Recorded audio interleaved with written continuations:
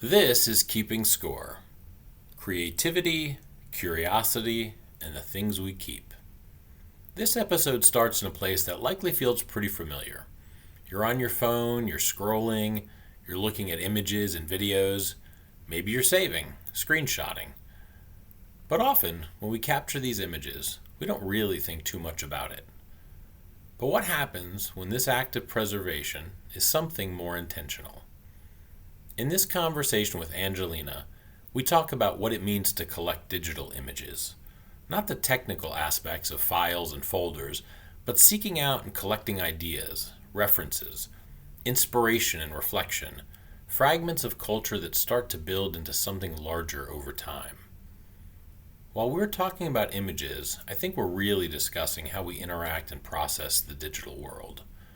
Angelina describes searching for images, memes, films, phrases, and moments, and then interpreting them, following threads, letting one idea lead to another. This process is not only collecting, it's thinking. We discuss the ways digital space shapes how we see things, the difference between something like Instagram, which is tied to time, and something like Tumblr, which feels much more open and associative. So, this episode is about collecting, but it's also about culture, identity, and the subtle ways we build an inner world out of the things we save. This is Keeping Skor. Enjoy the conversation. Hello. Hi. Are you good? Yeah, I'm good. I do want to say that a train will probably pass by maybe a few times.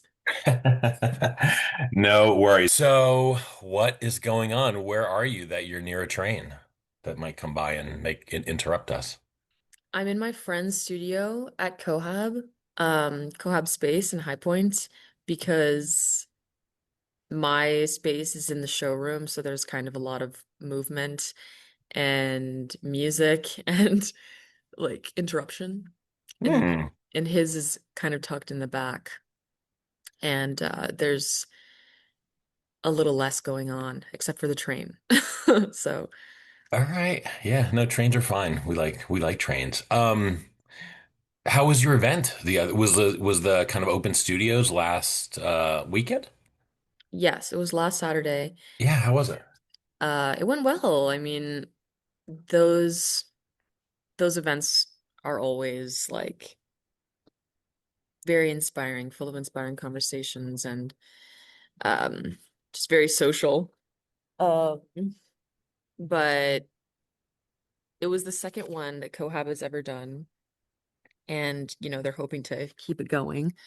So, yeah, I'm excited to be a part of it. And in the future, I'll probably be taking a bit of a more active role in keeping things going and like bartending or something like that. Um, Nice. yeah. Cool. Yeah, bartending's fun. Well, it's interesting because, I'm super excited for lots of reasons. One, just to get to know you,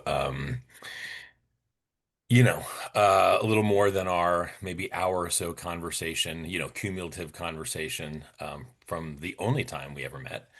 And one of those ways was actually just to ask about your studio space. I'm really fascinated by people's studios and what's in them and what they look like and how they have them set up. And so I've not seen yours. So yeah, tell me about your studio. If I walked into your studio and you were working, what do you think I'd learn about you? Yeah, okay. So my studio is a mess, but it's like a really great generative mess. I love the trash that comes out of process. And like I was just cleaning up because I was rearranging it today.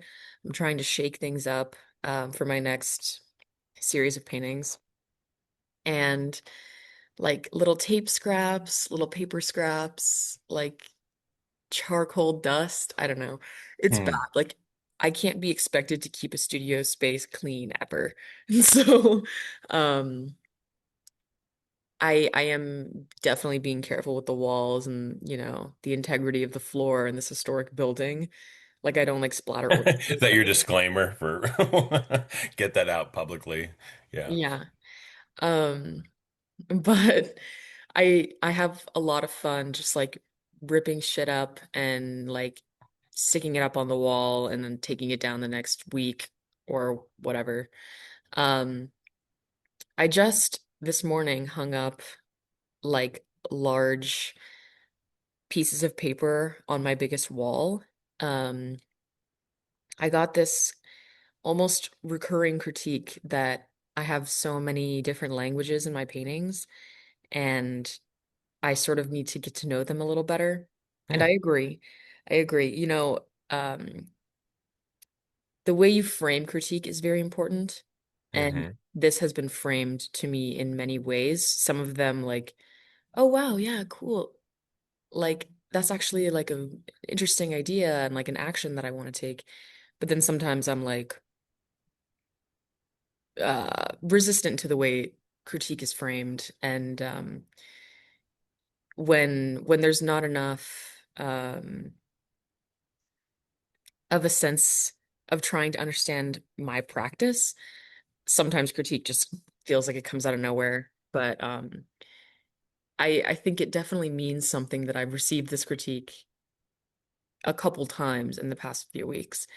Um, and so I'm curious about it. I'm curious why people are drawn to this kind of idea in my work of like me using a surface to explore everything, like every intuition, every type of image, every type of mark making. And I don't see that as a bad thing. I don't see like my current process as having anything wrong with it. I think it could just definitely be refined. And I could work to understand my different languages, like I said. And so these large pieces of paper are there for a sort of unfiltered experimentation. Like I want to block off my studio. I've been I've been having too many studio visits and um yeah, it just feels too public Hmm. sometimes because this space is kind of inherently a showroom. The studios are situated like kind of galleries, like working galleries, which is Yeah. strange and very different from my experience in school where every studio was just an explosion and it didn't matter. Um, Well, maybe you have to become less friendly. You have to actively repulse people so they'll leave you alone, so you can work. Because you're pretty friendly. Am I right? Is that a fair assessment? You're a pretty friendly person. um, I think I think so. I think it depends. I mean, there's being in this space as an artist and then as a person who's advocating for your own art, trying to sell your work. Yeah. Like, Yeah. Yeah. that's a skill that I'm figuring out, and especially with the biannual markets that happen, the interior Hmm. design markets here, like Cohab is um definitely one of the landmarks for people. I mean, in the past few years, I think things have been picking up and it's just becoming a destination for multiple things like art, music, design, community. Um, and yeah, there's so much to see. I don't know. I don't know what people necessarily are gravitate towards because I haven't experienced market here, but as an artist, I I can't make any assumptions about how it'll be. It's coming up, so I'll know soon. Yeah. But Yeah.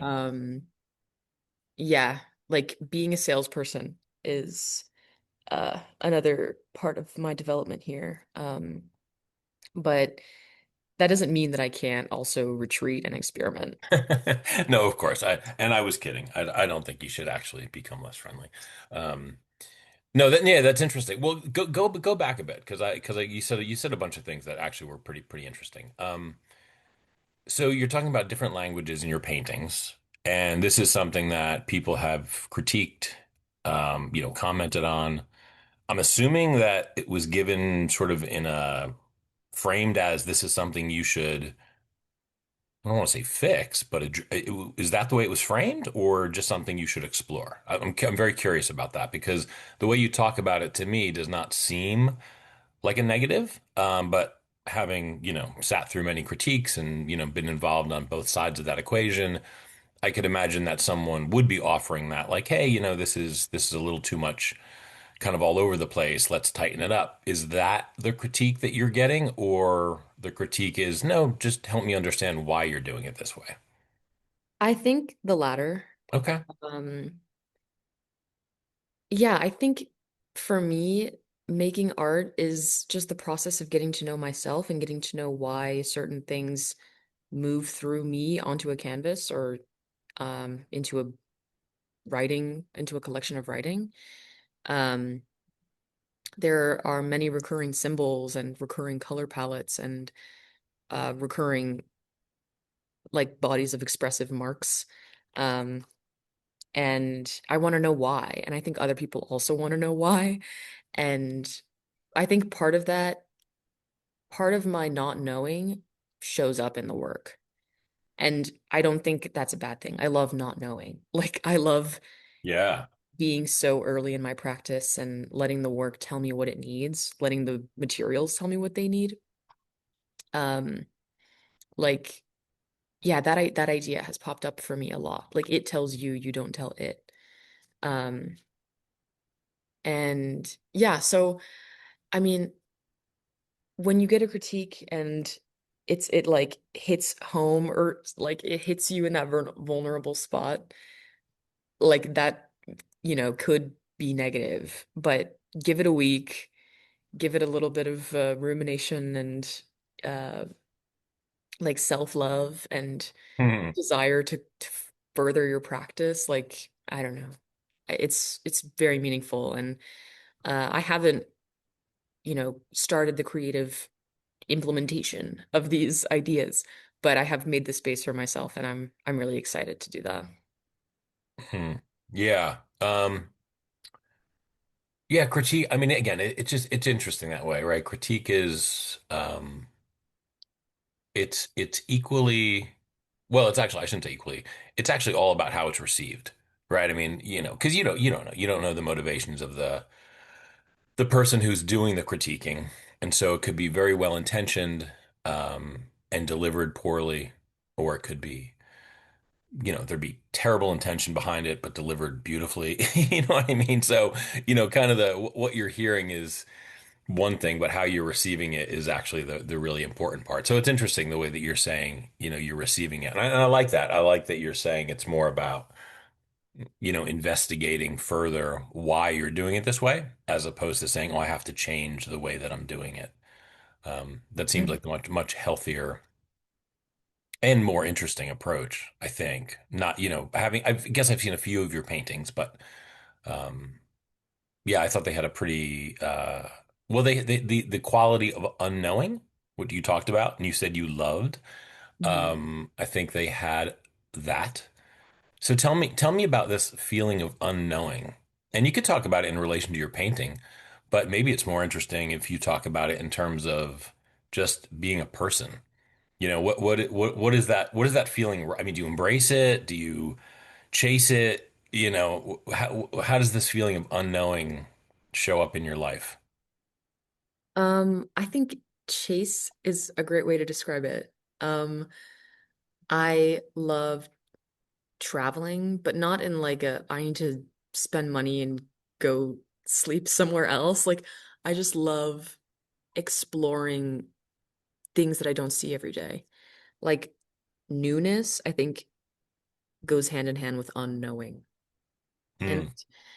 like the world is so wide, there's so much to see, but there's also like so much happening like just outside of your like daily commute.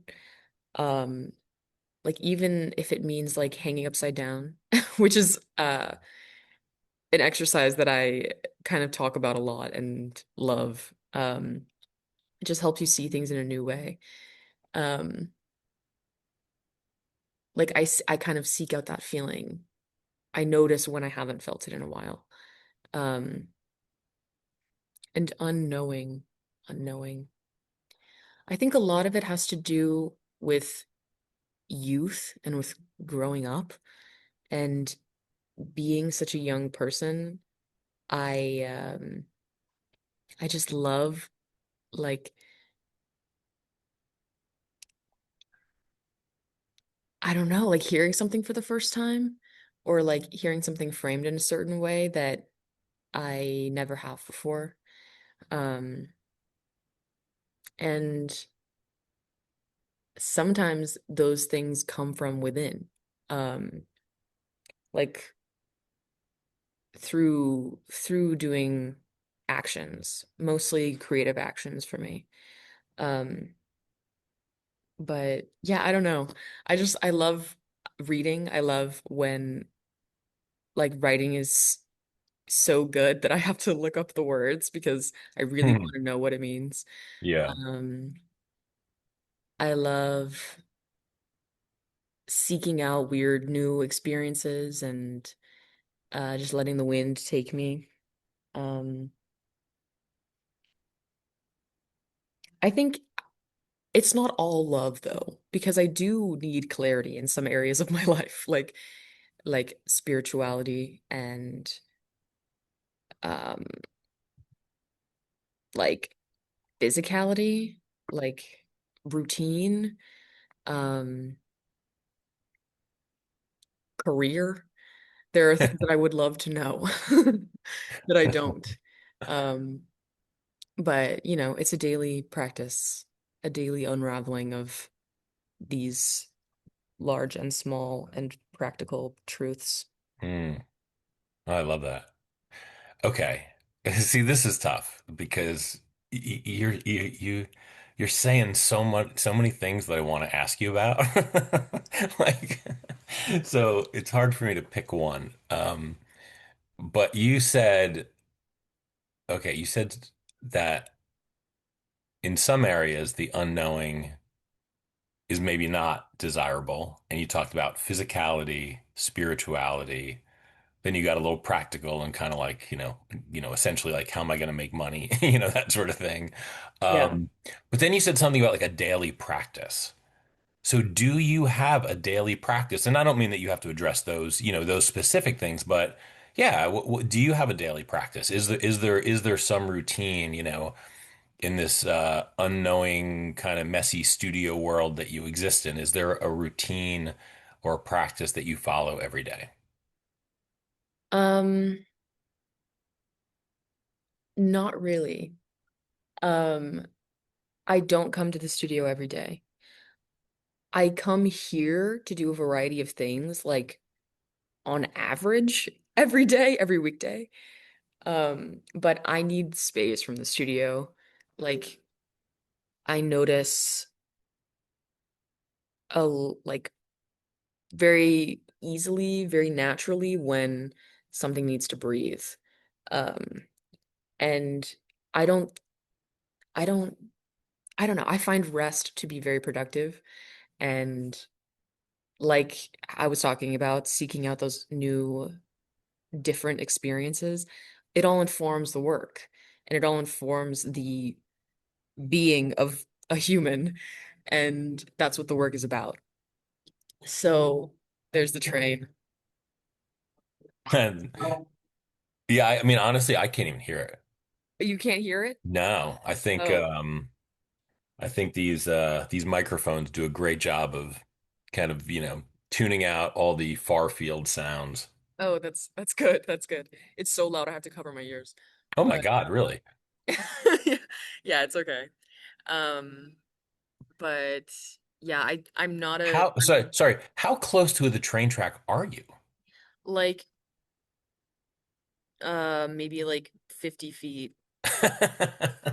Like Oh it's wow. so Okay. close. I can see it through the window. Um Okay. That's close. um yeah. So no, I'm not a person of routine. I think my only routines are like the like ultra practical things. Like I love cooking. Uh I enjoy rearranging things in my room in the house. Um but it's just like to stay healthy. But Mm. in terms of like a meditation practice or uh, other things adjacent to that, exercise, I am much more random about those things. And it's not that I want to be, but I just am. So, Right. Right. Yeah, well, that's okay. So we ultimately are going to talk about your images that you collect. But this is great. I want to stay on this for a while because I suspect the images are only interested they're only interesting through the lens of you. You know what I mean? Like obviously images are out there. Anyone could put them together, but it's the person behind the curation that's of interest. So I love getting to know you in this way before we, actually talk about that. Um, so here's another maybe way to look at it because I think it's really interesting. Like you brought up the idea of youth, right?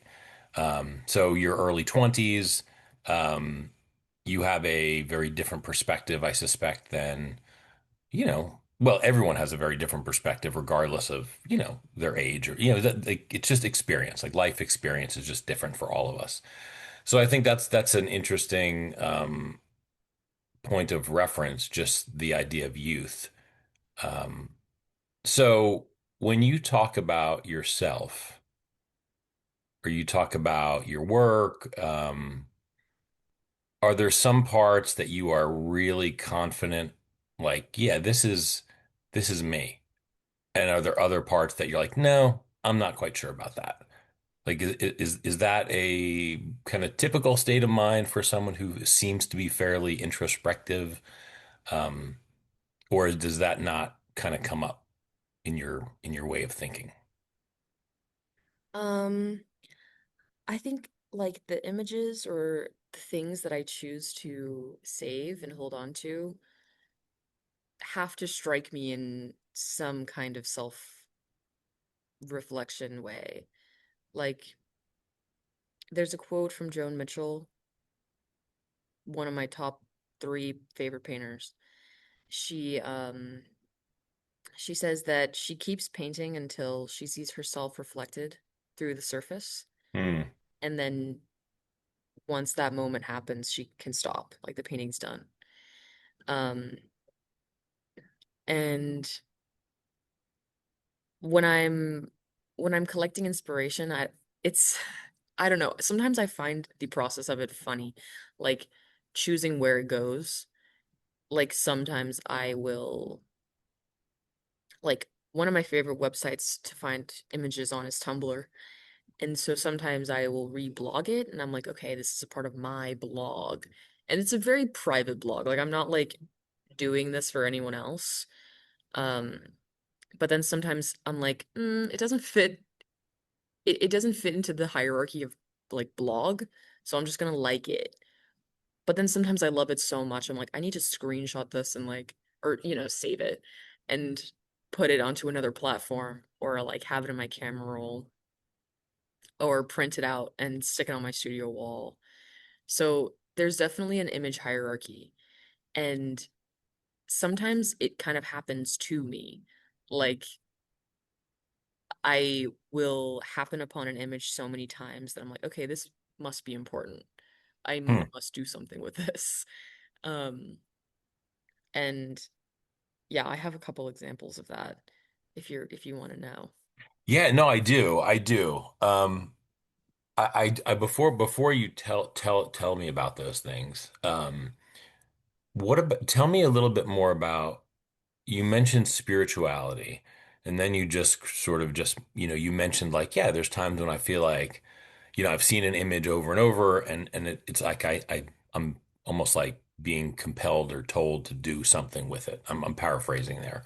Um, what do you think about that? What's your, and again, you can get as personal as you want or not at all, right? I don't mean to pry into, into an area that you don't want to talk about. But whenever somebody brings up, kind of this idea of, let's just even say energies outside of themselves and how that influences what they do or how they see things, I get really, really interested. So I'm curious, you know, how does this play a role? And again, in art, in life, just in your existence.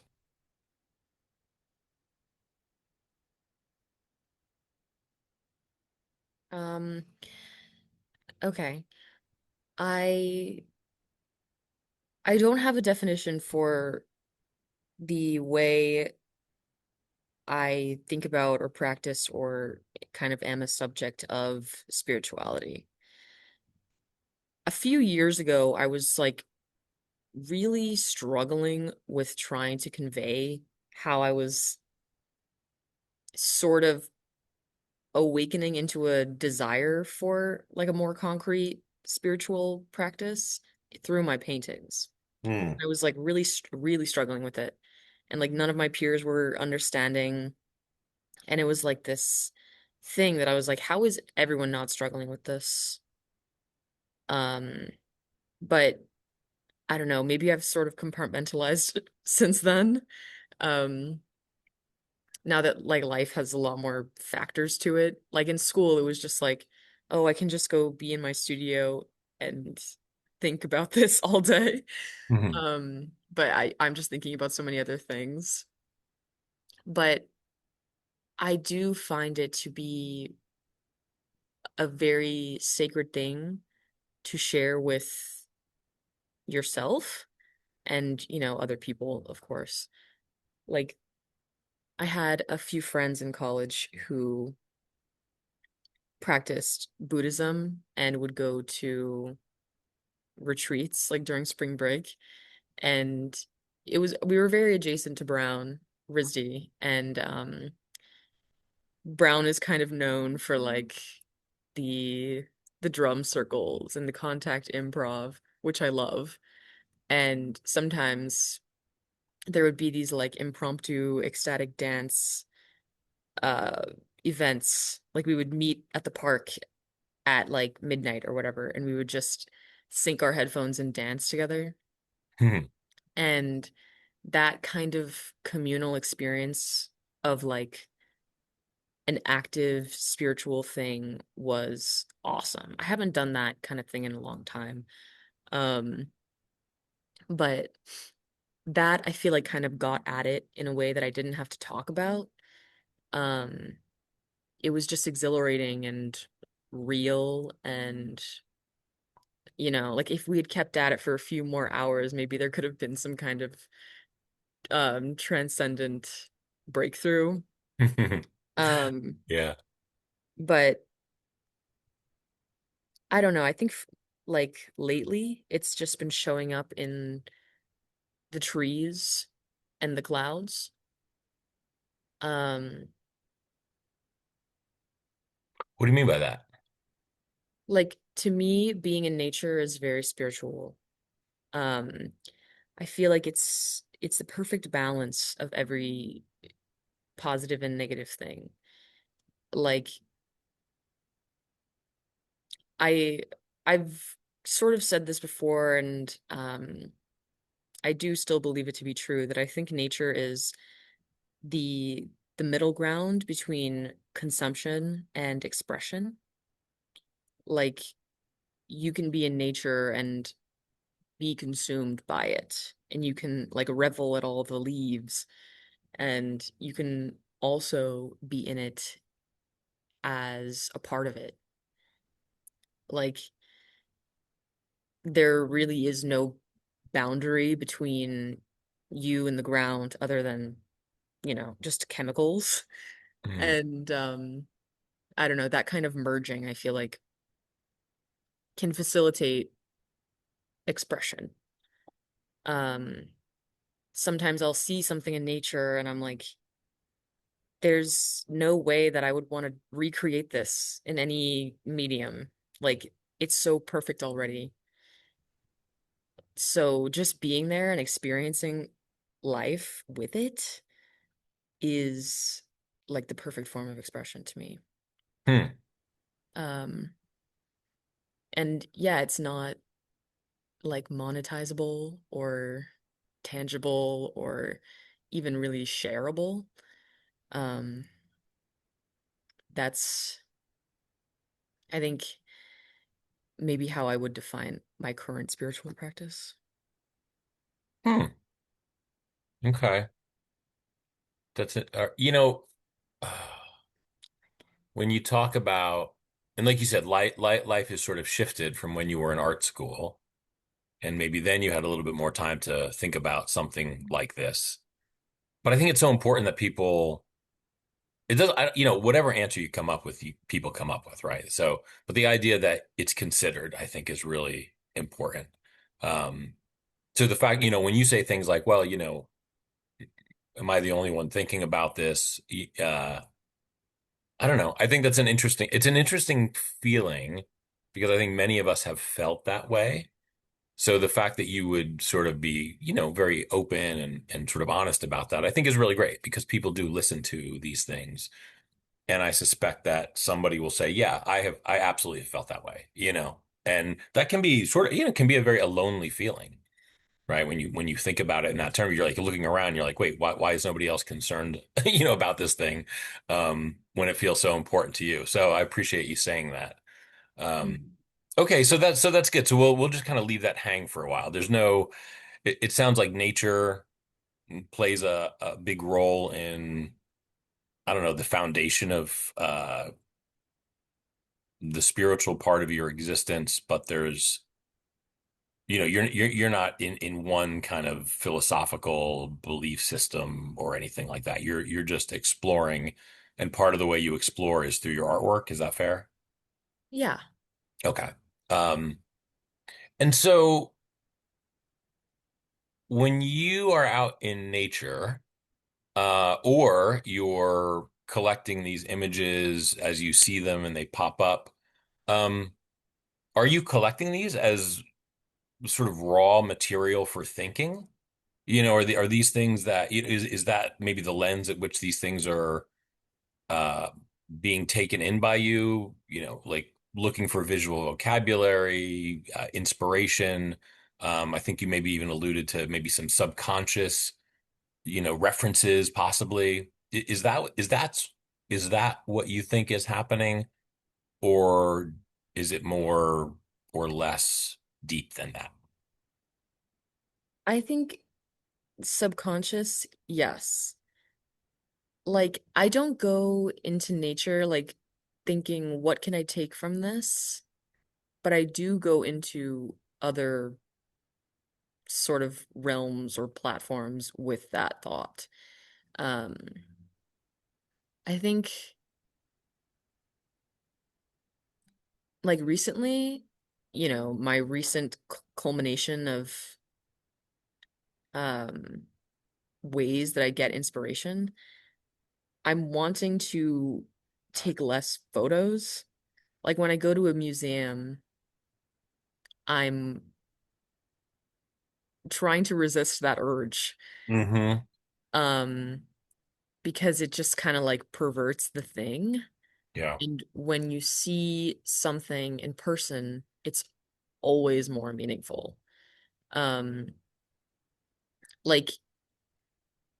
like for example, I went to the NCMA last weekend and I saw like a white marble tablet with like ancient Greek inscribed into it. And you could see pictures of those all day and it's like, okay, yeah, this is an important artifact. But when you see that like alabaster white stone and it's like glittering slightly Mhm. and like you can see that someone's hand carved it, it's so beautiful. Like I almost started crying looking at this thing. Mm. And like the thought of taking my phone out to take a photo or even trying to like do a little drawing in my sketchbook of it, just no, like no way. Like Yeah. it's that just beautiful human feeling that you want to feel and as an artist you want to make other people feel. Hmm. And I guess the same thing kind of applies to nature. I mean, nature is an artist and um I think capturing it with intention, beautiful film photography, I love. And I do sometimes. Um, but it's just become too easy to hoard things, to hoard like flattened information of the three-dimensional real thing. Um, a thing is a weird word. I don't know what else to say. Right. But yeah. That's okay. That's such a great way to put it. It's too easy to hoard this two-dimensional information. Yeah. Yeah. I mean, that's great. That's such a great way to frame it.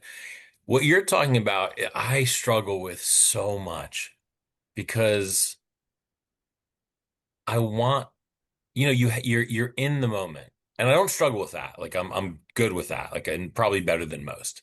Um, really kind of being there and I don't know, just trying to be a sponge, like an emotional sponge, because I know I'm not going to remember it in the way that I'm looking at it or hearing it or, experiencing it at that moment, right? But it's like I have to feel like there's somewhere inside of me this information's being collected and kind of reconfigured, and I want to get as much of it as I can. Um, so I completely understand that, uh, what you're talking about. And I'll say it's one of the reasons why I like actually having documented conversations like this, because I can be in the moment as fully as I can be. And there's this very sort of, I don't know, just this thing in the background that's doing a certain type of documentation that I think is going to be much more valuable than a picture or even a video, quite frankly. Um, would have would be for me in the future. Like, its value is sort of greater. Um, yeah, I don't know, but I think that the fact that so many people do this hoarding that you're talking about is it's sad, really. When you're in an event or you're at an event or whatever, and you see people living their lives through this little, kind of screen in front of their face. I mean, do you see it that way? Is this the old guy in me kind of thinking like, oh, people shouldn't do that? Or, as someone who is, again, in a different phase, do you see it that way or not?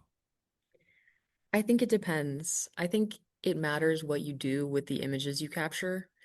And I don't know. I'm not one to judge someone wanting to record a concert. That concert could mean something completely different to everyone in the audience, and the way they capture it is meaningful for them. Um, so like that's less of, I think, what I'm trying to get at. I think we live in this weird, absurd surveillance digital age, and everything is being captured. And so someone taking pictures of beautiful sunset pales in comparison to the way we're constantly being surveilled, you know, through our own phones, but also just in the world. And so, yeah, I think I'm sort of going down this avenue of image collection now, because my collection, the theme of this conversation is images. And so what does it mean to capture an image of something in the real world, or to capture an image of something that's already in the digital plane? Um, like they're very different to me, because I'm, as like a Gen Z person who grew up with an iPhone, I'm very interested in the the ways that our phones and social media specifically have influenced culture and ontology. Like there's one image that I have, and it's like an iceberg with like like six different sections, and at the top is like, the kind of brain rot that everyone has experienced, like doom scrolling, FOMO, meme dumps, is this AI question mark. And then the further down you go, there's like um close friend story, building your algorithm brick by brick, um, uh, psyops, like TikTok audio stims, and then there's like dark web scroll fatigue, which I actually have experienced. Um, just like psychosis, ChatGPT effect, and a word on here that I included in the making of one of my collage poems is nomophobia, Mm. which is kind of like I don't know the right word, like homonym play on words of like no more phone phobia, like nomophobia. Mm. It's like the fear of like not having your phone. Um, yeah, and it's kind of like dystopian, but I I imagine during the apocalypse when like none of our technology is working anymore, like what do we do then? What do we do then? What do you think? I think we heal. But you know, the more time goes on, the further baked in technology is into the way that we understand each other and communicate and um make sense of why we do what we do. Like a lot of times photo shoots are done for Instagram. Marketing, photo shoots, or even just like fun with your friends. Like, you know, when I was 16, that was like a thing. Like we're gonna meet up and do an Instagram shoot. Um, like, and that's kind of a creative outlet. Like it's not a bad thing. It's like, sure, it's kind of intertwined with the validation thing and the dopamine hits. Hmm. But at the same time, it's like it's this kind of innocent, fun, friendly community activity. Um,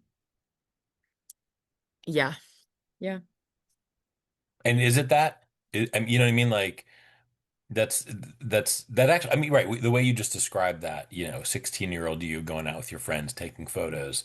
That actually sounds pretty fun, pretty fantastic. Is it? yeah. It It's is. very, very Okay. wholesome, and Yeah. I mean, sometimes it's like begrudging, you know, don't get the right angle, you got to redo it 10 times, and the sun is setting, and it's like there's like pressure.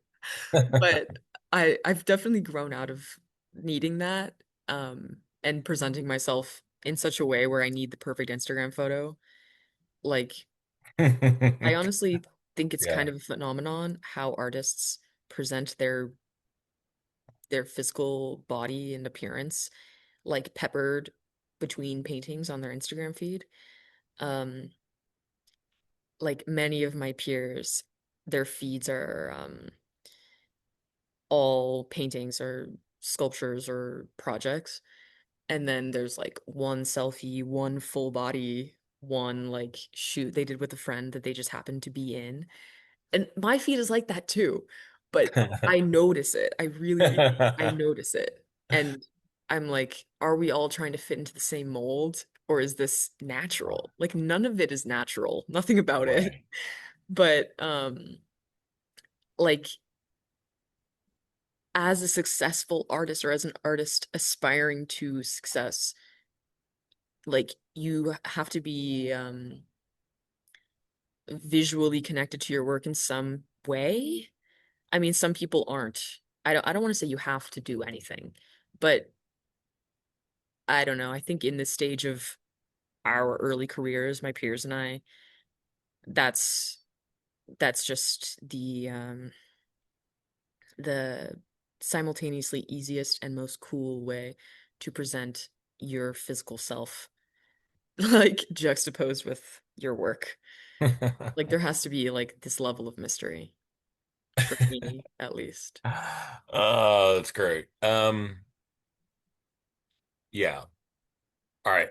Let me maybe ask a point of clarification. Um, So before, when I was mentioning like, this thing about people experiencing different events through their phones and things like that. Um, and then you mentioned like, well, technology is getting more and more baked into the way in which we communicate. Um,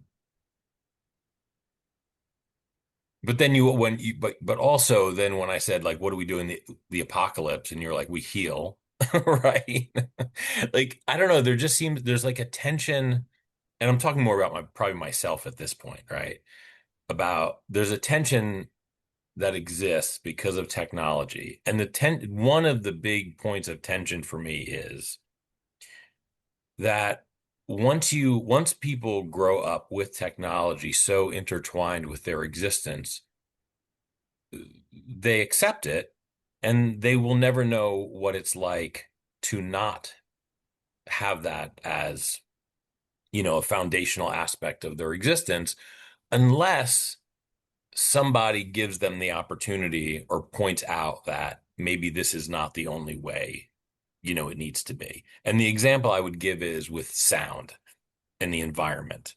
Um, Most people don't understand what it means to be in a environment where you are intimately connected with nature from an acoustic or sonic level because it is so hard to be anywhere, certainly in this country, where trains or planes or cars or people and, are not sort of taking over your acoustic world, right? But we just accept that. So I can imagine that somebody from 150 years ago would be like, hey, you don't understand what you're missing. You don't understand the connection to nature that, is not in your life right now. And if you did experience it, your life would be better, right? So this is kind of the parallel that I'm making. So does that tension not need to exist within me? Or do you think it's fair that, people do push back on the technology in that way? Because really they're not saying like, oh, things were so much better when I was younger. What they're saying is, I want you to be as sort of happy and fulfilled as I was at your age. And I see this thing as a roadblock. Like, how does that all sit with you?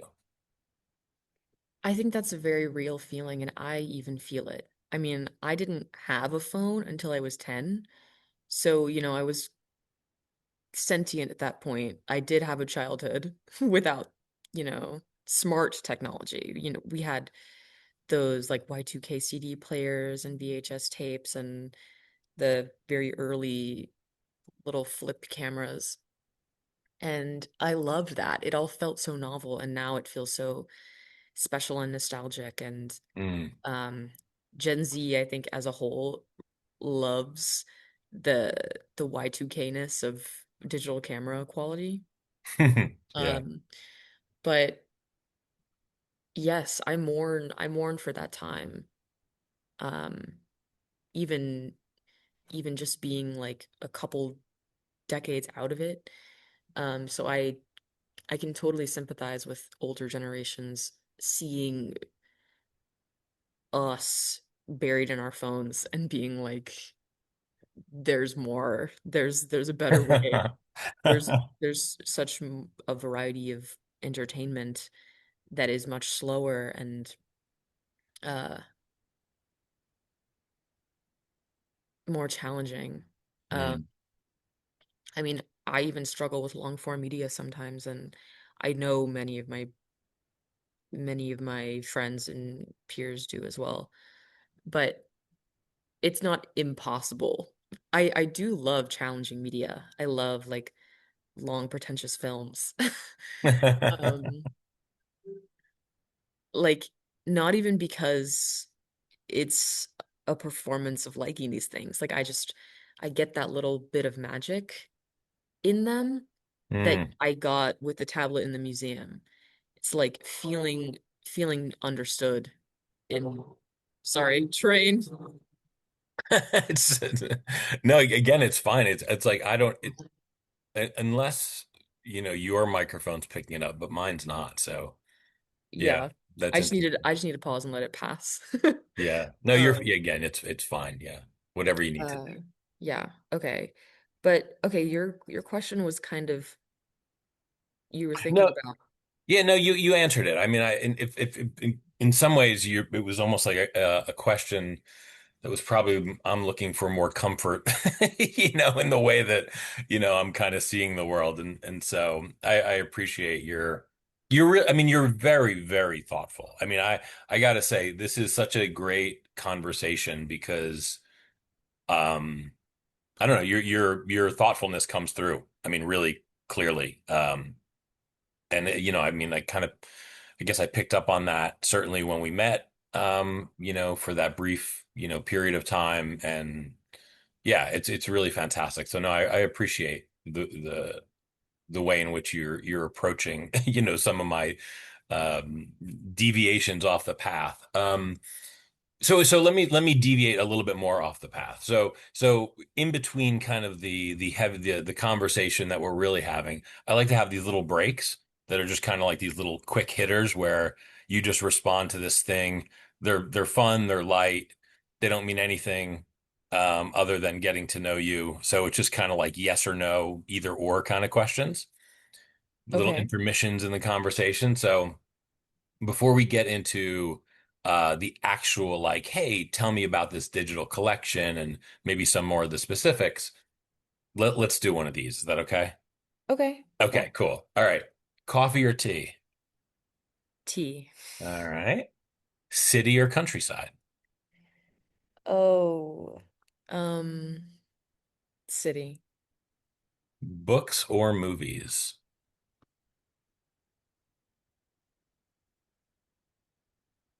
Books. That took a while. I Um, love both, but I'm gonna choose one. morning person or night owl? Night, 100%. Nice. Music while working or silence? Both. Hmm. Messy studio or organized studio, we have already covered that. Yes, it's the same. Although messy is your preference. Am I right in saying that? Yeah. Okay. All right. Planning or improvising? Improvising, Listening or talking? listening, Stability or adventure? both. And the last one, solitude or social energy? Both. I can't have one or the other. I need both. Okay. So so that's interesting. Yeah, this duality of experience is important to you. Yeah, Hmm, balance. I'm a Libra, balance. so Is it you're a Libra? yeah, Libra sun. So Okay. yeah, balance is just inherent in, you know, my my way of being. Okay. Good.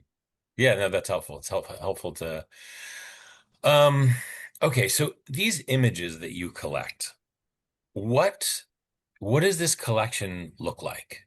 And I guess at this point I'm kind of thinking about almost like the technical aspects of this thing. Like, where do you find them? How do you save them? How do you organize them? Like, just, help me understand the general um, keeping of this non-physical collection. Yeah. Um, so okay. Tumblr, I mentioned. I love Tumblr. I hate the ads, but I love it. Like Hmm. it's better than Pinterest because there's more like weird shit.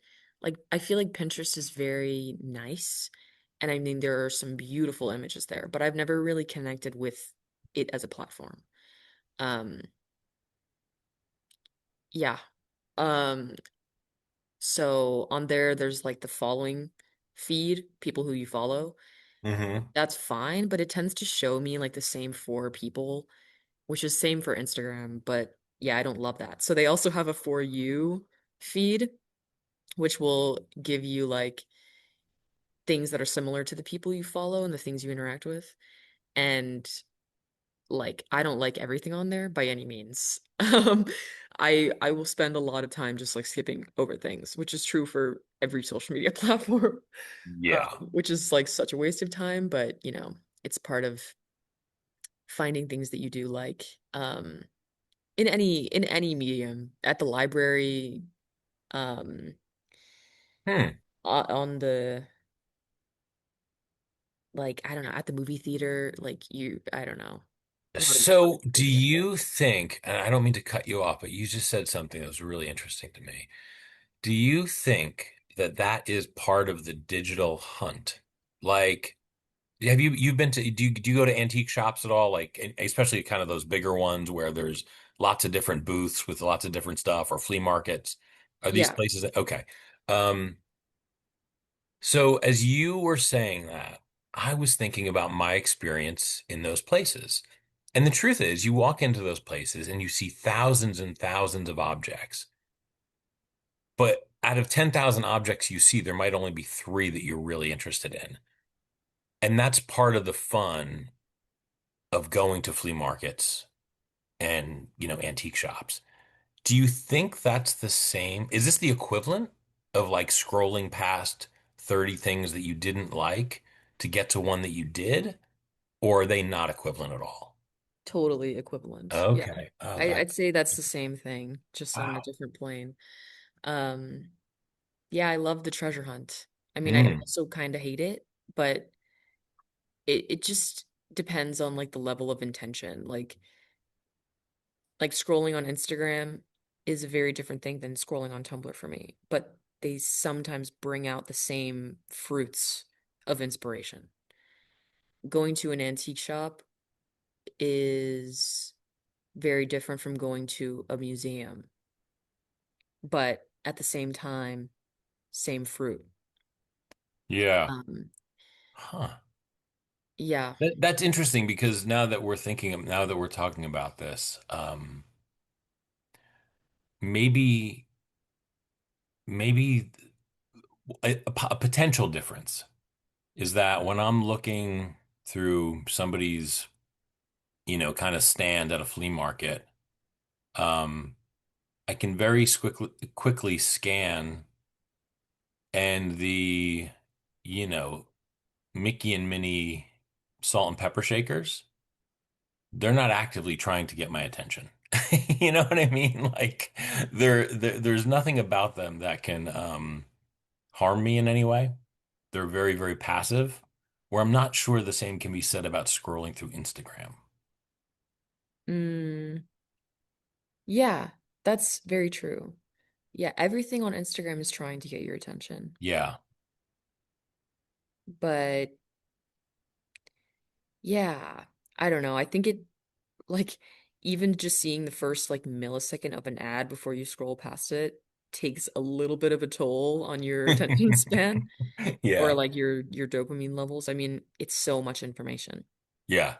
Um, and like building a healthy relationship with it is important and difficult Yeah. because it's designed to draw you in.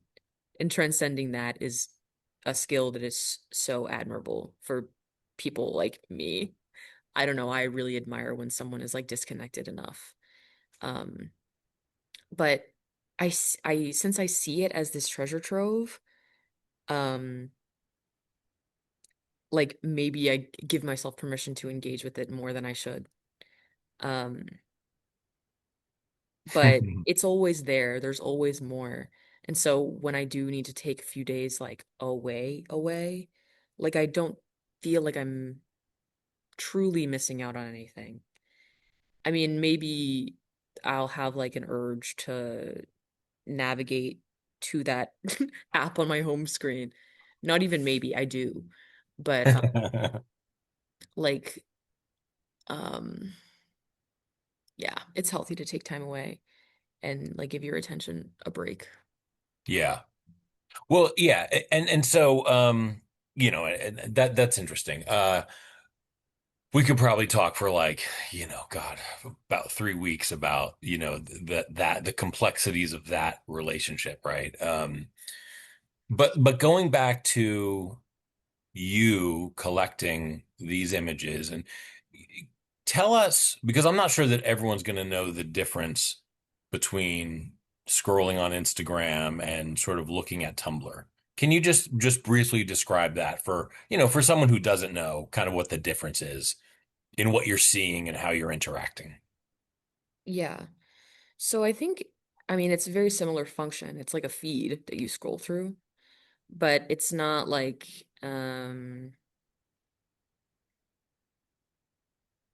it's not like time based. Like, I don't know, as time has gone on, Instagram has uh pushed out more random timed content. Like you'll see your friends post from 5 days ago, and that's like, okay, like oh, it's a little late, if you're wanting to celebrate something that they're sharing, whatever. But yeah, Tumblr is much more like random time-wise, and I also use the search a lot. Like if I see a film that I love or I hear some quote or some idiom or something, like I'll just look it up in the hashtags and like see what people are tagging this thing as. Like I just watched As Above, So Below, the the found footage horror film with one of my friends, and I was like, I'm gonna look this up on Tumblr because As Above, So Below can relate to so many things. Like, sure, it's this movie title, but it's one of the like ancient ways that people describe like the planes of heaven, earth, and hell. And so I know lots of people are thinking about this in many creative different ways. So sometimes I'll see GIFs of the movie, but sometimes I'll see snippets of essays or um, like people's art or memes. And I love all of it. I take selectively, but I love all of it. I mean, sometimes I hate things. Sometimes I'm like, that's so annoying. Like, why? But that's a part of the experience. Like, I signed up for that. I signed up for the rage bait.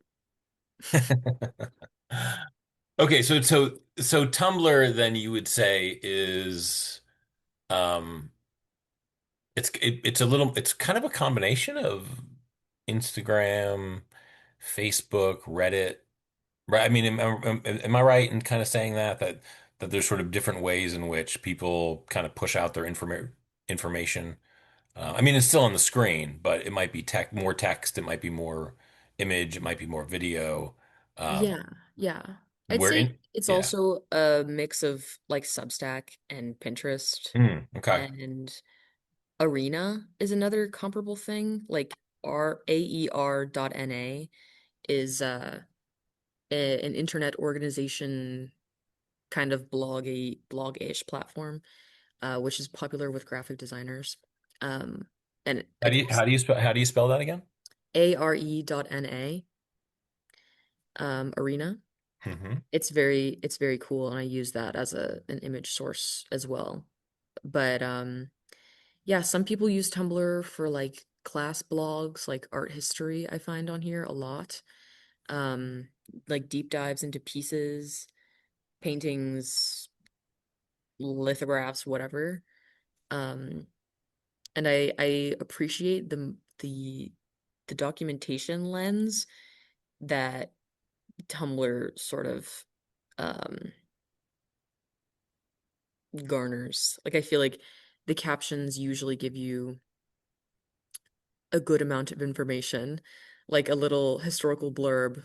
And if there's a painting, you'll always get title, artist, medium, date, which is missing from some other platforms. Like people Mm, will just like take a screenshot and not care who made it. right. It seems like people here they care more about provenance and like contributing to each other's inspiration blogs. Hmm. Okay.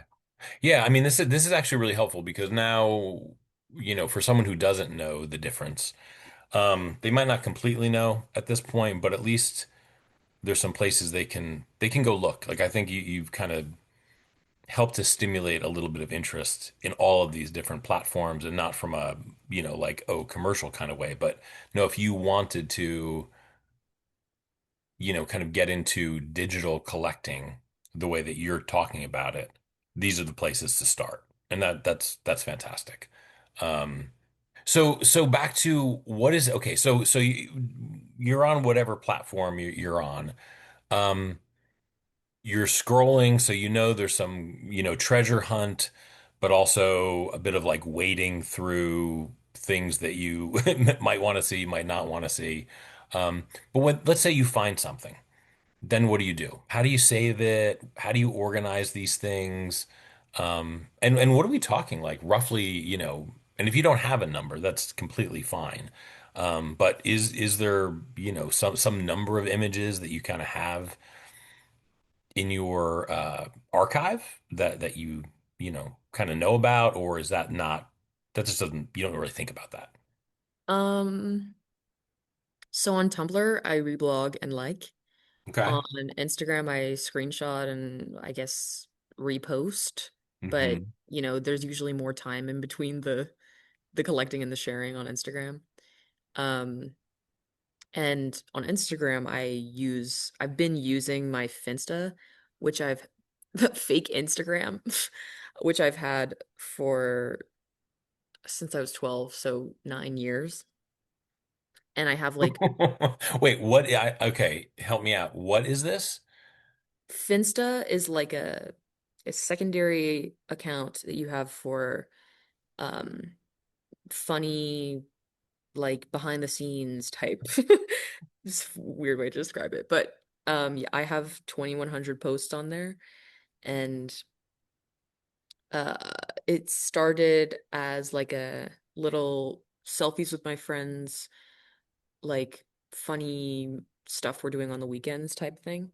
And it grew into like weekly kind of life documentation. Like, oh, I'm feeling sad this week. I'm gonna do a carousel of like rocks, pictures I took at the beach.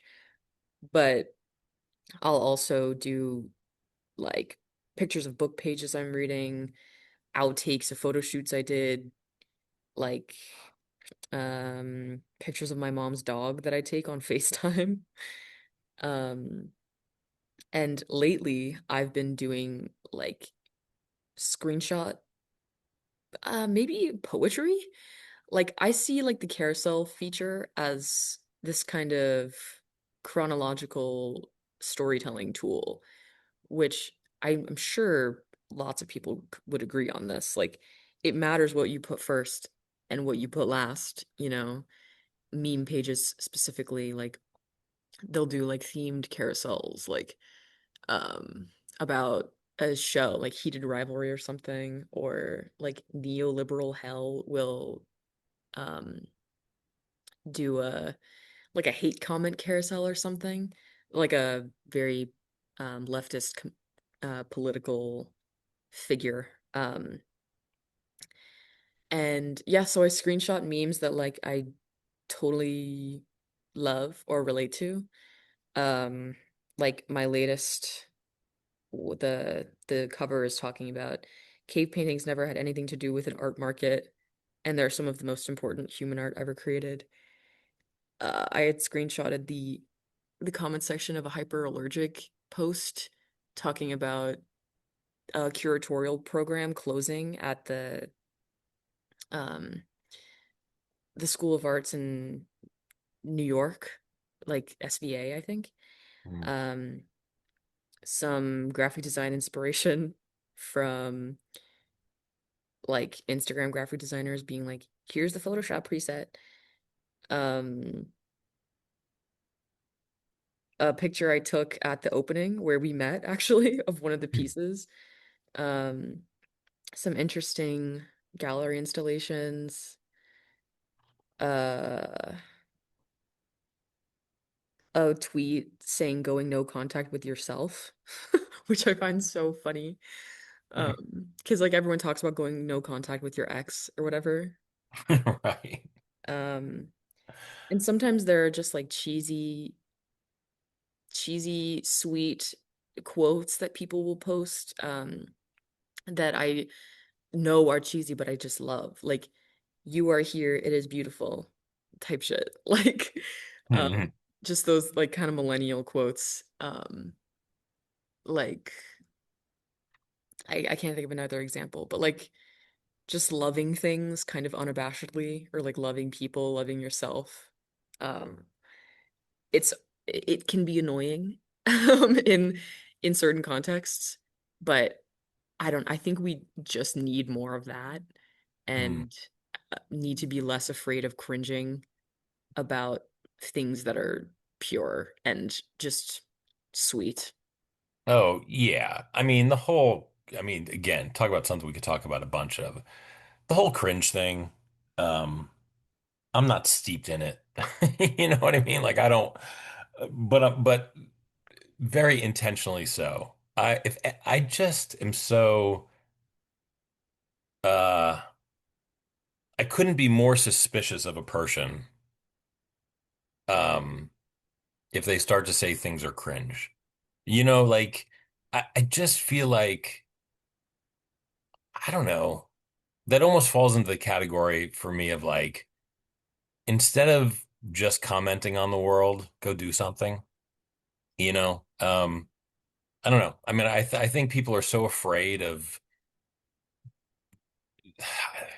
they're just afraid of being judged, you know? And when people contribute to that system, I just find that really sad.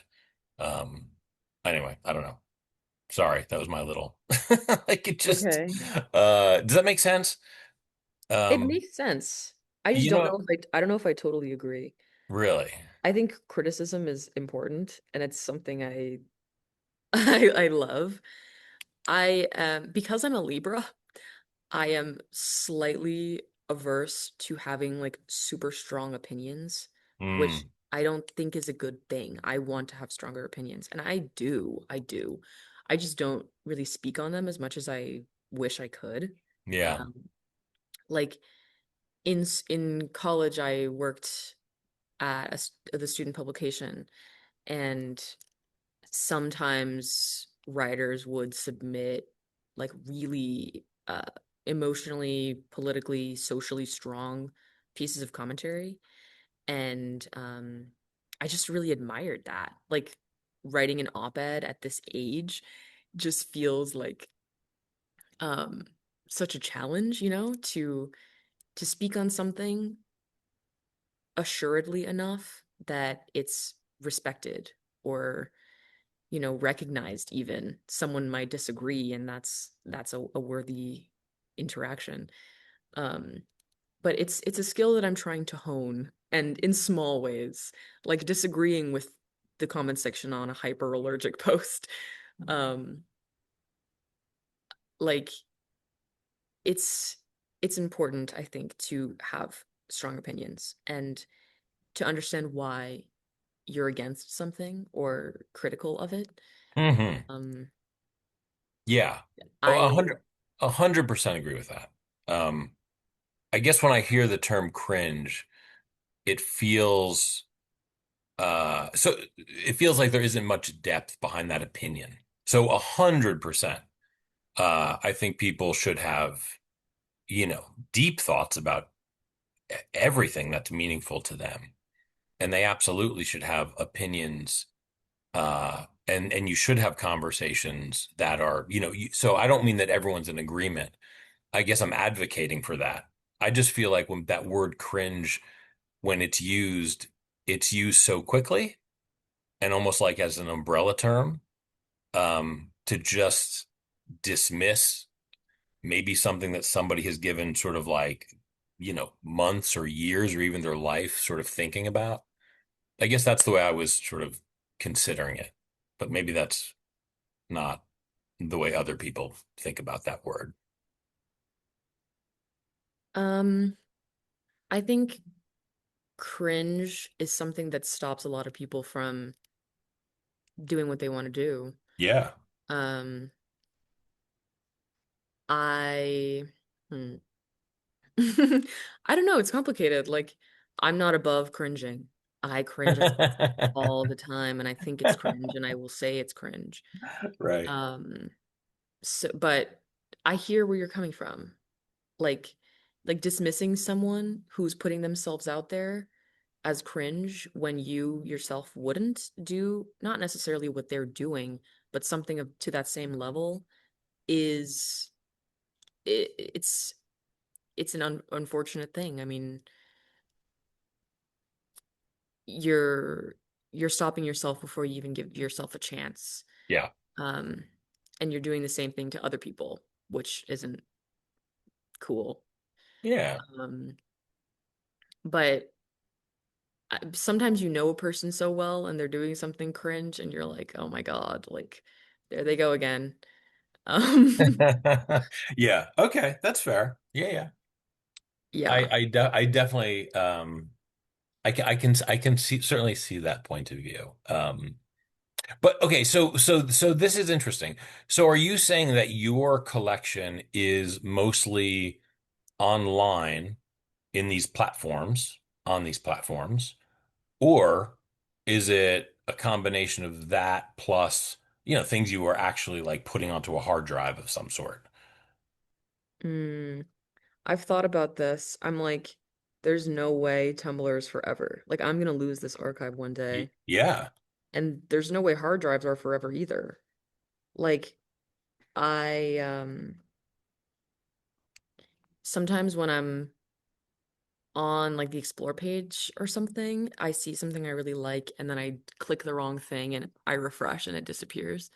I'm like, no. But at the same time, I'm like, I know it will pop up in some other way at some other time, in some other way that makes more sense to me then, or is more valuable to me then. Like Mm. I'm not afraid of losing these images. I'm not attached. Like I do remember some specifics, but I think because I remember them, that's enough. Like I don't know, sometimes I do go into rabbit holes where I'm like looking for something in my camera roll and I can't find it and it's like actually upsetting. But if it were to go all away, maybe it would just be overall less upsetting. Um I maybe I need to get better about documenting things, but for these archives, I kind of love the haphazard nature of them. It's like the way these things were found was haphazard, the way they are like bound together is haphazard, and the way I choose from them is also haphazard. So Mm. it's it's just a special personal intuitive thing. And I don't feel like the archives as they are need to be shared or understood by other people. Like, that's awesome if they are. If someone stumbles upon my blog and likes it or connects with it, that's cool. But that's not really my intention. Um, I think they are just kind of selfish in that way. Um, that when I do want to make something out of them, it takes a different form. Um, like I see the archives as a piece, as a large cumulative piece, not as individual pieces. I don't know. I can't be Mm. too prescriptive about it because I feel like I would just change my mind about that statement.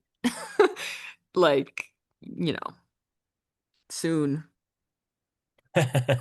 Um, no, well, and you don't have to make a choice. I mean that okay, so but this is helpful because this is not what it's not what I originally thought. So you first of all, I love that you're using the word archive. Um, I think the idea that at least currently you're thinking about it as, the archive is the archive is the thing, you know. Uh, and all these pieces, that's the archive is the focus as opposed to the individual components. So these things are then saved. They're saved, they are digital, they're saved in the kind of global digital world primarily. They're not held on your personal hard drive in the sense that if tomorrow Tumblr, Instagram, whatever platforms you're using was they were just like, sorry, we just erased all of our data, you would have almost nothing left. Is that correct? I would have lost my collections of things. Okay. Okay. Like, um, I have a lot in my camera roll, but the way that I make associations is through making posts.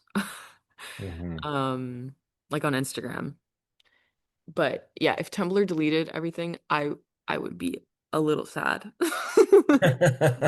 Yeah, and of course.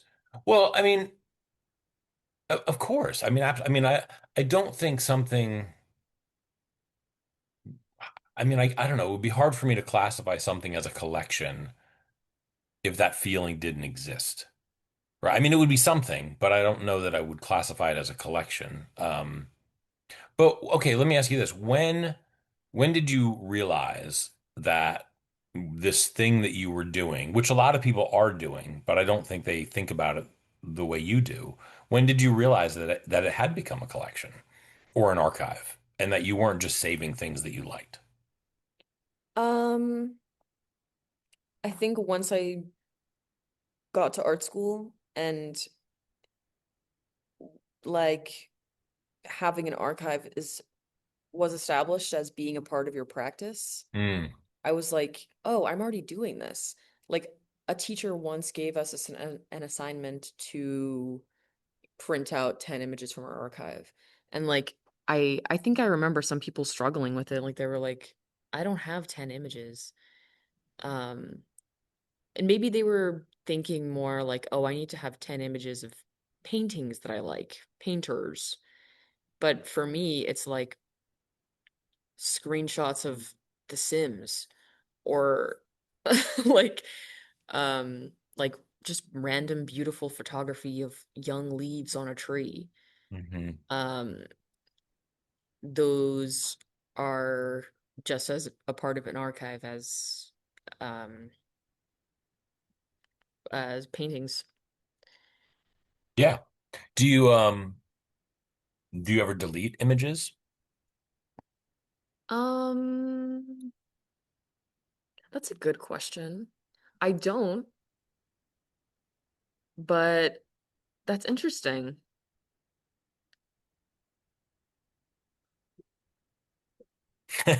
Yeah, anyway, it's okay. So but that's helpful. Um well then let me ask you maybe the flip side to that. What makes something worth saving? And I know it's so broad what you're collecting, but if you could try to distill it down to a few, characteristics, what do you think makes an image worth saving for you? Um I think if it's like speaking to something that has happened to me in the past, something I'm thinking about in the future, or no, in the present, or something that um, I'm aspiring towards. Hmm. Yeah, past, present, future. Okay. Okay.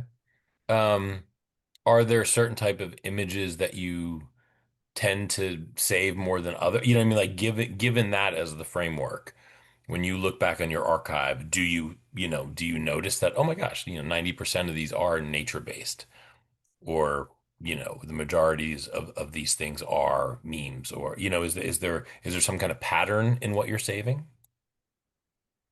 I think it's very influenced by the seasons and just seasons of life. Like, same thing with my work. Like, in fall and winter, everything's darker, and I'm thinking more about like horror and the occult and just like dark nighttime. And Yeah. then in spring, I'm like water, green, flowers, glass, um, like growth. Hmm. And it's not it's not always one or the other, sometimes something happy will slip into those winter months. Right. But yeah, I don't think I notice more of one thing showing up in the archive just because it's all like kind of equally important to me. Like of course the posts that I make myself, like I do make posts on Tumblr, when there's like a work of art that I love that I can't really find online anywhere other than the artist's website, I will make a post and like document it the way that I appreciate how other people do. Hmm. Like I recently made a post about Christina Bothwell's cast glass sculptures, the figural ones in specific. Um, and they're like foggy and uncanny, and they're very daintily painted, and they're so like um just wonderful. And they're honestly like a good mix of spring and winter vibes to me. There's like darkness, but there's also whimsy. Um, and so I would say that probably falls higher on the hierarchy of images than um like some collage by another artist that I kind of just liked the way the text reads, Hmm. but not necessarily the entire image start to finish as a whole. Hmm. But it's there and I liked it. And so that means something. And maybe I'll come back to it later and it will gain even more significance. Hmm. The hierarchy is always shifting. It's like it's more of a spectrum than a Hmm. hierarchy. Okay. Yeah. Well, I think that that talks to your the unknown, the unknowing feeling, that Mhm. yeah, I love that. I mean, the unknowing implies that um, there's it's interesting, like what am I trying to say here? Unknowing is not an absence of everything. It's no, there's a bunch of things and you're just not sure what to make of it.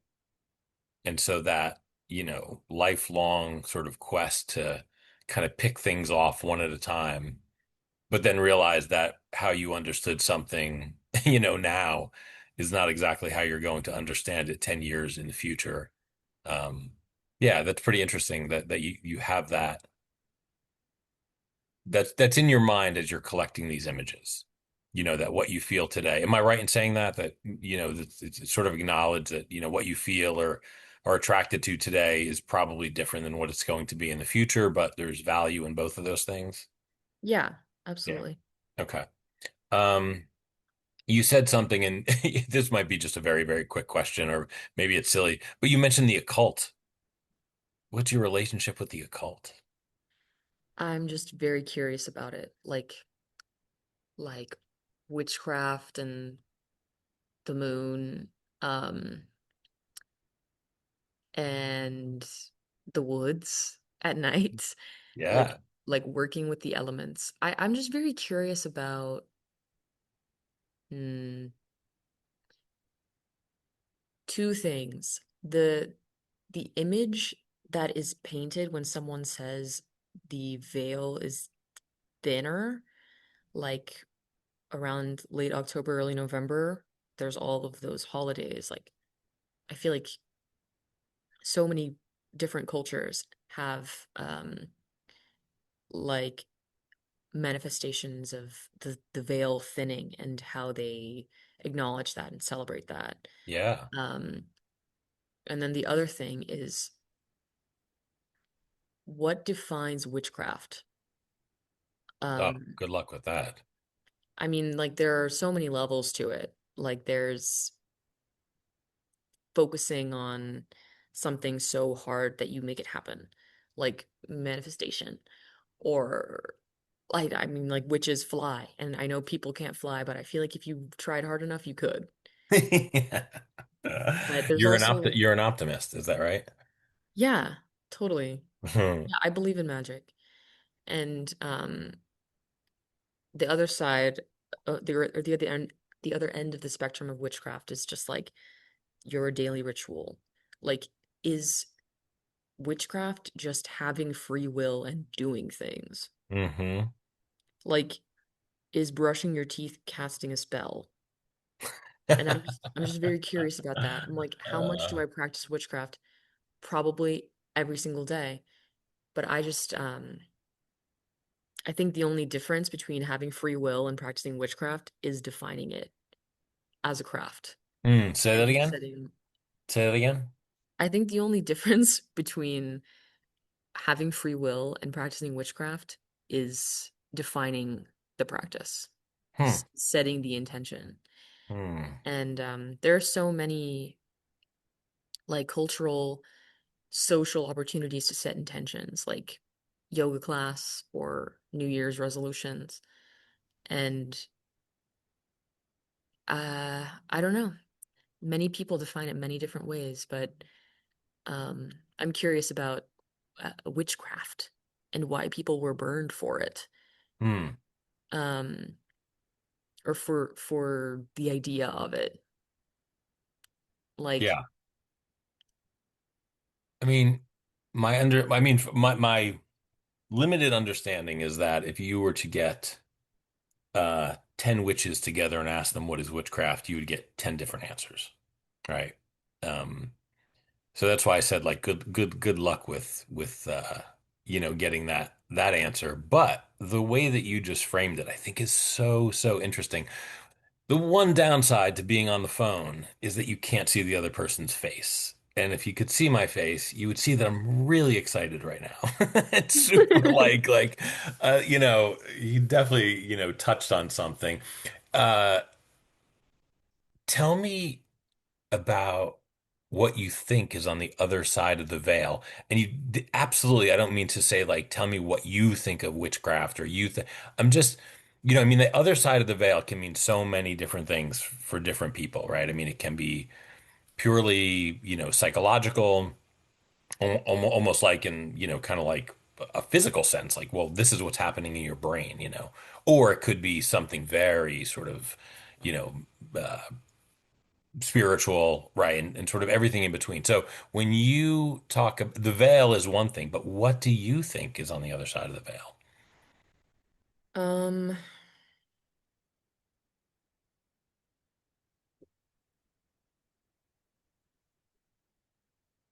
it's a hard question. I know, but it's so interesting. It is.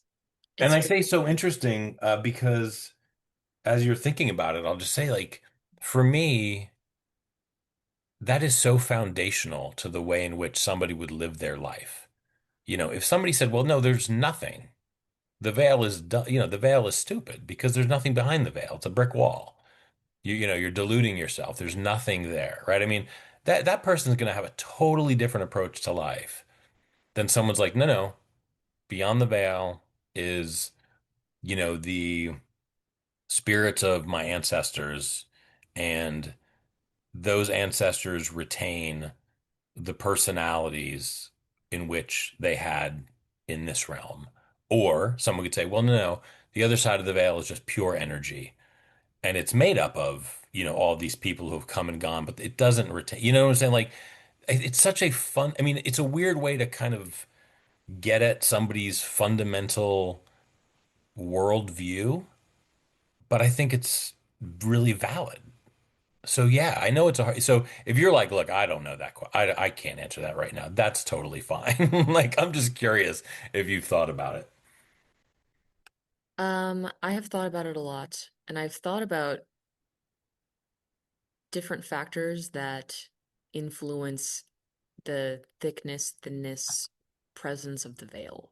Mm, Like, mm, certain times of year, certain times of day, certain weather conditions, certain um, just levels of activity. Like if I've had um, caffeine or drugs, you know, there's more susceptibility to fear. And, when, or when I'm scared, I feel like I'm much more attuned to it. Hmm. Um, I think fear is an underexplored emotion these days. Oh, okay. Um, like, I mean, I don't want to sound absolutely tone deaf when I say that because there's so much happening in the world right now where people can't think themselves out of their reality. Like fear is just inherent and Yeah. inescapable. Yep. And so I want to be sensitive about that. And I want to acknowledge that because of my sort of baseline lack of fear or danger, unless, I'm in a dangerous situation, but the safety of my life is such a privilege, and I'm so, so aware of that. Um, but because of that, it feels like there's something kind of missing from the way that I'm experiencing being an animal. Hmm.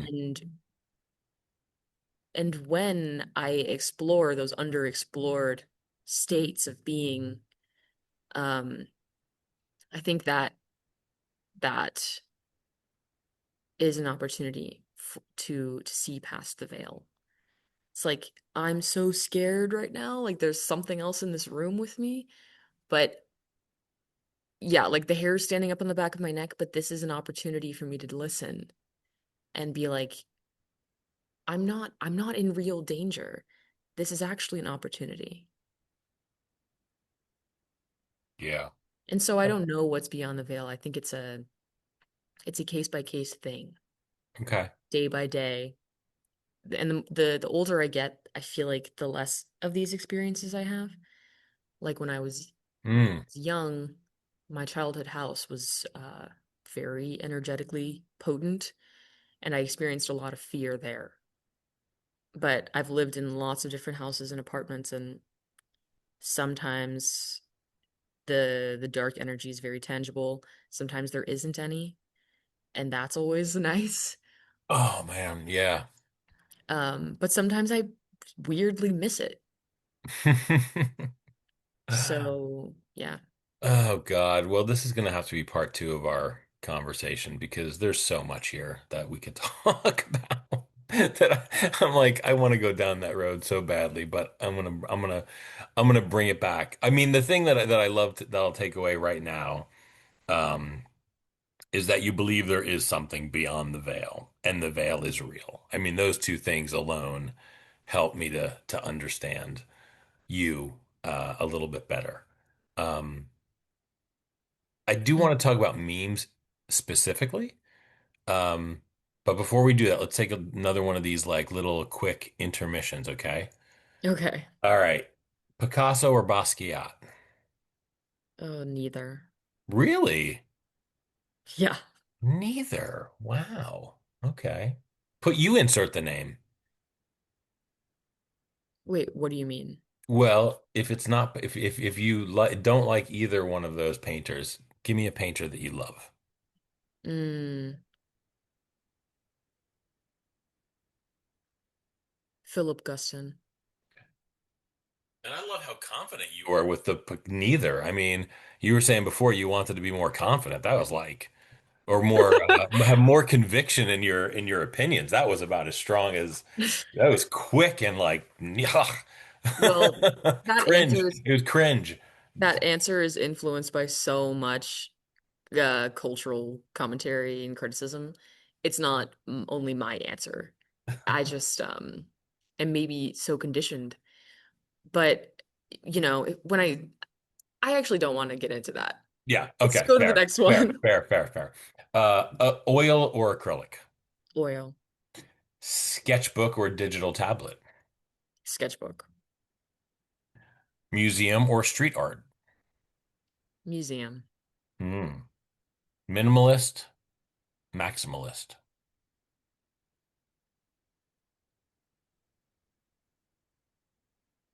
Um, I guess maximalist. I guess. Painting from imagination or painting from reference? Imagination. Working alone or collaboratively?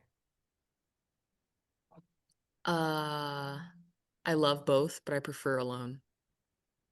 Okay. Fast sketches or slow, detailed work? Fast. Okay. Love it. That's interesting. Okay. Memes. This is something that you collect. This is a part of your you if there is it fair to say there is a subset of your collection that we could say is like there's a significant enough of these that we could say it's a subset of your collection. Is that correct? Yes. Okay. Um, so do you see memes as some type of cultural language? 100%. Okay. Um, do you generally collect them because they're funny or because they say something kind of deeper about us? Both, but usually funny. Okay. Um, do they feel disposable to you? Are I they, you know what I mean? Like, is there a timeless quality to them or they have a short life? short, but sometimes they're recurring and they're like transmutated into something uh that keeps them funny. Hmm. Okay. So then just tell me, because I suspect you've thought about this. Where does the meme fit into our current world? What's its role? Does it have a role? I think there are so many definitions of meme. Hmm. I think there are just so many like manifestations of it too. Like they can get so creative and like genuinely artistic. Like people like draw memes. But Mm-hmm. then there's also just screenshots of tweets and Tumblr posts, text posts, they would say back in the like 2010s. Um, Way back. yeah, or like Reddit screenshots or whatever. Like there's like way different levels of effort that go into memes that there's just no one definition. Mm-hmm. But I think in culture, they they're like inside jokes, and the number of people involved is also a huge spectrum. It matters demographic, like Hmm. who you are, where you come from, who you Mm-hmm. know, um, and also what the algorithm spits out at you. Mm-hmm. So I think they define a lot of subcultures, and they're very political. Um, thinking about like straight up political beliefs, but also like gender, sexuality, um, race, class, all of it. It all matters.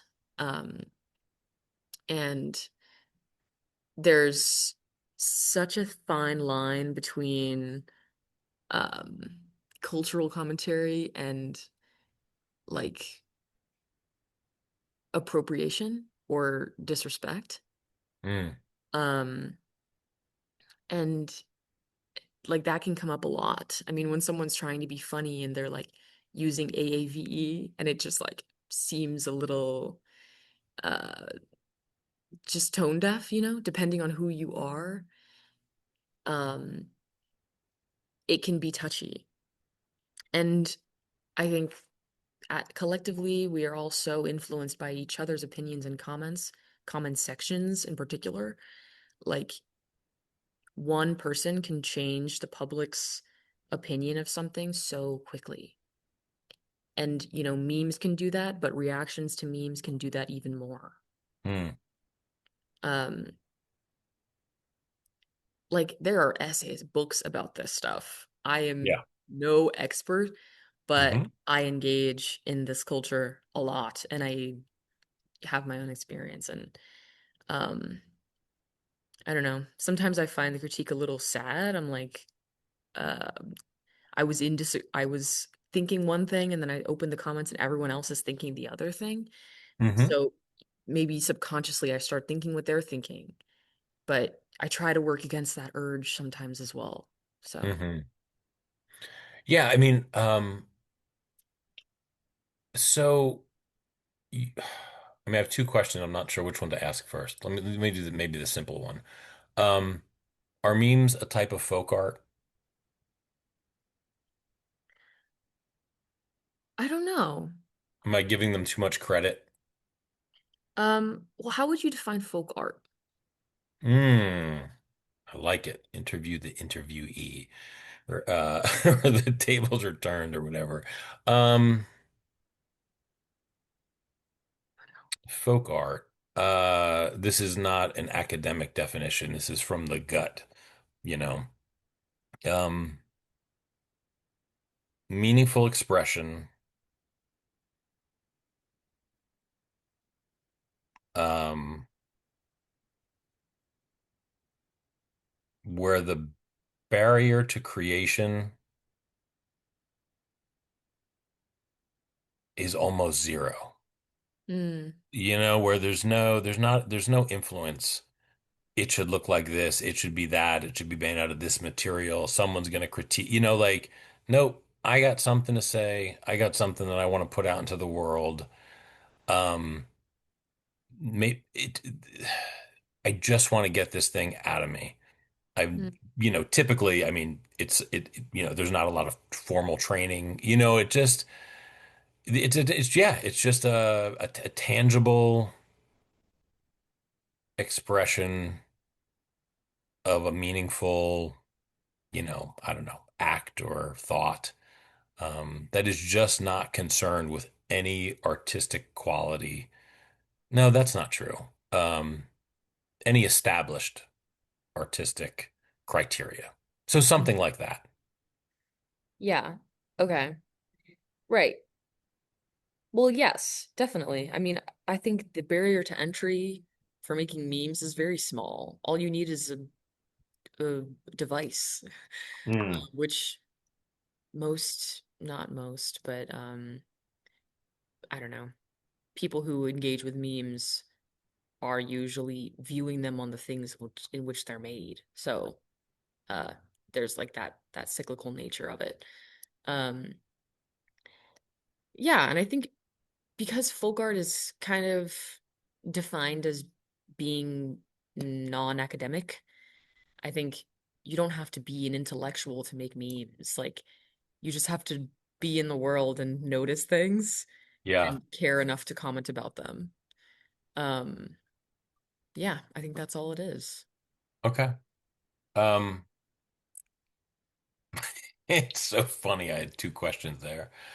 I completely forgot what the other one was. Um, s- do memes, and then we'll switch. But I just didn't know how this. I didn't know what role they played in your collection. And I did just remember the question. The algorithm. It's been brought up a couple of times, and it's a real thing, right? I mean, this is not some, it's sometimes I guess maybe funny to think about, but it is truly, so controlling, or influential, let's say that. What do you think about that? I mean, what do you think about in terms of how it's influenced your collection? And if your collection, if I understand it correctly, I mean, it's certainly a reflection of you in some regard. And it's certainly something that feels like it teaches you things. There's not a passive relationship that you have with these images. So knowing that there is this algorithm out there that is feeding you things, what do you think about that? I I feel like algorithms and AI are just really getting to know us really well. Hmm. And there's no I can't speak in absolutes about it because the boundaries are being crossed left and right, and AI is getting to know us better than other people, our friends, lovers, families, Hmm. and it's weird. It's weird. Like my Instagram feed knows me really well. Um, and the images that I collect, the media I consume outside of social media is all intertwined betwixt with these algorithms. Like like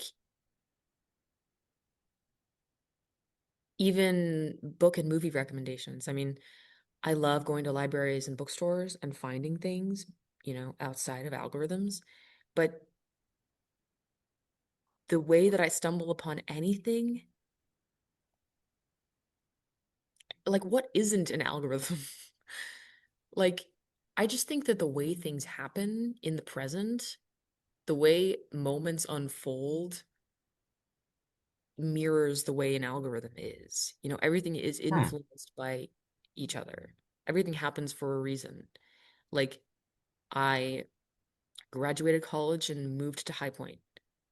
I clicked on a post about like this this designer, this fashion designer, and now I get ads for them all the time.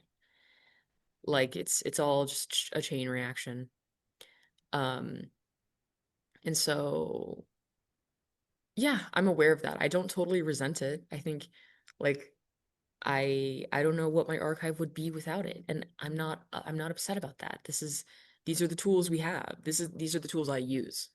Hmm. Um and so like I said about scrolling past ads, sure, I don't love it. It's annoying and I know it's bad for me, but I've signed up for this.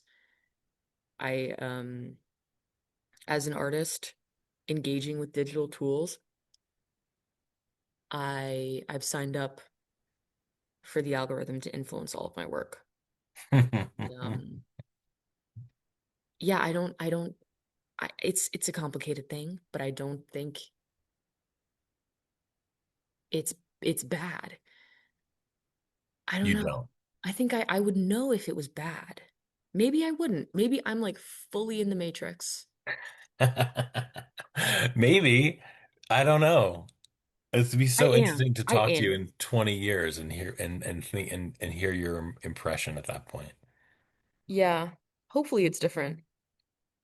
Like I just hope that I'm always changing and, thinking differently about things. But um yeah, I am in the Yeah. Matrix. Okay. All Just right. that's reality. All right. Let's do one more quick hitter and then we'll wrap up. We'll wrap up with a few other. I mean, there's like again, for me, this could go on for like 4 hours. So I want to be respectful of your time. Um, so let's do one of these quick hitters here. Black and white photography or color?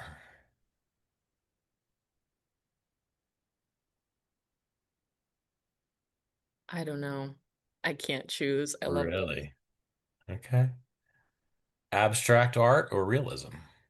Abstract. Hmm. Dark humor or wholesome? Wholesome. Really? Well, that's interesting. I wouldn't have thought that. Yeah. Um, Yeah. old movies or modern films? Modern? Define modern. Hmm. I didn't give it that much of a thought. Uh, I just feel like modern is a loaded word, like 1950s. right. No, no, no. No, no, no. I was not thinking modern in the sense of like the modern art movement. I just feel like I view everything through the art movements. All right. Well, so we'll just scratch that one.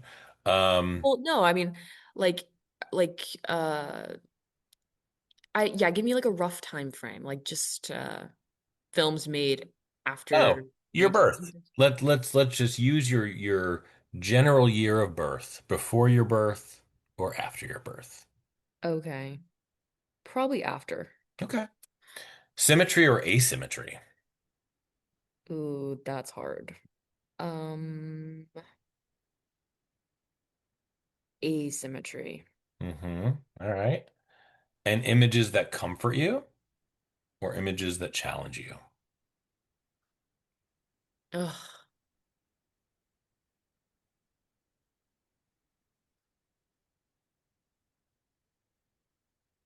Ooh, tough one. comfort. Okay, good.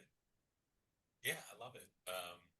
You know, one of the fun things about doing this is I always re-listen to these conversations at least once and often like three or four times because I really like them. You know, if the first pass through is just like, hey, you know, is there something in there that, you know, the audio didn't work? You know, there's kind of like the technical thing.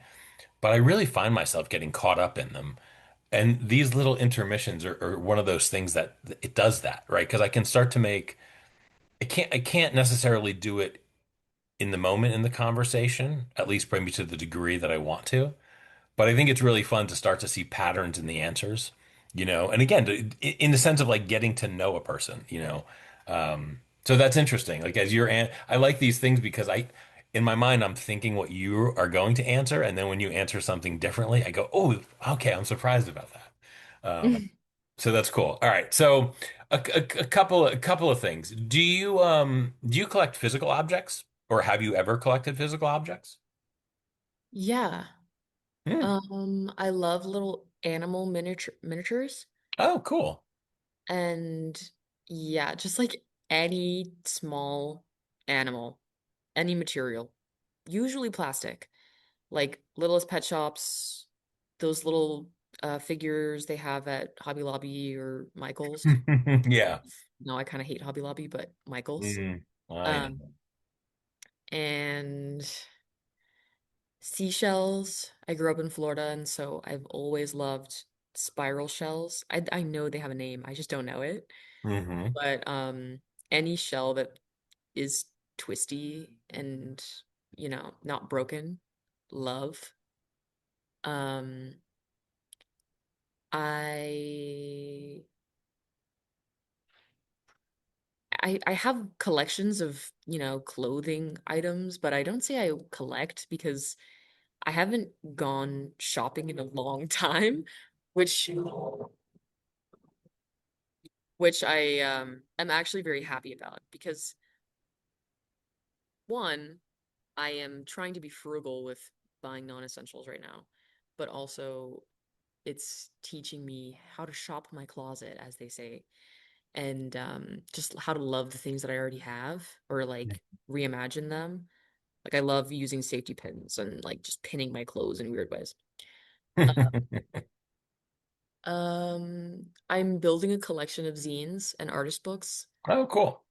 which is so fun and cool and happens a lot through like trades and um in school classes. Uh yeah, yeah. Okay. So we do have physical objects. So does I mean you've kind of touched upon this, but just quickly so I definitely understand it. Does the digital collection feel permanent or does it feel temporary? It feels it feels very like transient, like kind of like life. I don't know. I think it's all data and it all lives forever somewhere, just like how all matter is forever somewhere. But I'm not attached to it. Like I'm very connected with it and just like caught up in it right now. Hmm. But yeah, not super attached. Okay. So if you lost it, would you feel like you lost something real, or do you feel like it would just, you wouldn't be thrilled, but in a short amount of time, you'd get over that pretty quickly. Yeah, like I would just keep going. Like I know what to do. I know how I do this. And so like losing all my past references would be sad, of course. We've established that. But Right. it's that would just be like a checkpoint, honestly. It would be like, oh, before the crash of the cloud and after, like if these digital tools weren't available to me anymore, I would just seek them out in, the more analog, sort of more cumbersome ways, Mm. like books, libraries. Oh, that's so funny. More cumbersome. I mean, It sounds so scrolling, negative. like, I mean, scrolling is just easy and it's available, and there's so much to see and curate and laugh at. Like, yeah, you just have to try harder and use more time with the more analog ways of collecting things, which I can appreciate. We need to struggle a little bit more in these ways. But yeah, yeah. Okay. Last couple here. We talked about your painting, and so how do these collected images influence your paintings? Sometimes they are references, which I don't use often unless they're printed out. I just hate referencing a screen, Mm-hmm. like the having to tap on it. Sure, there are settings for that, but I'm not I'm not like tinkering in the settings for this because I don't really like it as it is already. Um, like screens are just not color accurate. I usually have night mode on my phone and my computer and a red tint because the blue light hurts my head. Mm-hmm. But yeah, so when I print something out and it acts as a reference, that just feels better. And I just love the quality of like inkjet prints. They're very uh kind of janky sometimes, and like you can see the CMYK colors and like the little lines where the printer was like spitting it out. High quality prints are so imperative and um like an art form, but when I'm just needing to get something out of this 2D digital realm into a tangible thing, I love a shitty inkjet print. Um, Sometimes they're a part of collages, sometimes they're image transferred onto like a wood board. I love using acrylic mediums and doing image transfers. Um, and a lot of them just live on the wall in relation with each other, and they get stacked up in my shelf, and they sort of lose their vitality, but then they gain it back, as they shift and are reorganized. Um, yeah. Okay. You know, as we're kind of coming to the end here, I actually have two more questions. Because as you were talking, I realized that I don't think I fully, even though we've been talking for like 2 hours, I don't know that I really fully understand your relationship with the digital versus the tangible. Meaning, I definitely hear that you get a lot of value um out of the digital world and the way in which you engage with it. Um, but then you're a painter, you're working in very, very physical ways and producing things that live, in this, kind of three-dimensional world that we exist in. And so, can you just clarify for me what is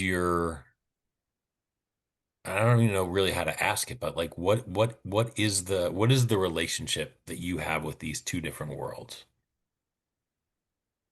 Mm.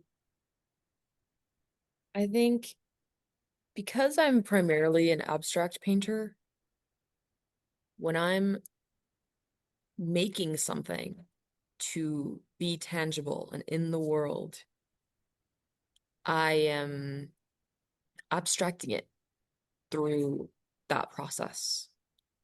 Um, like I feel like I think in words and phrases and sentences, whatever, and that feels um mm, more objective.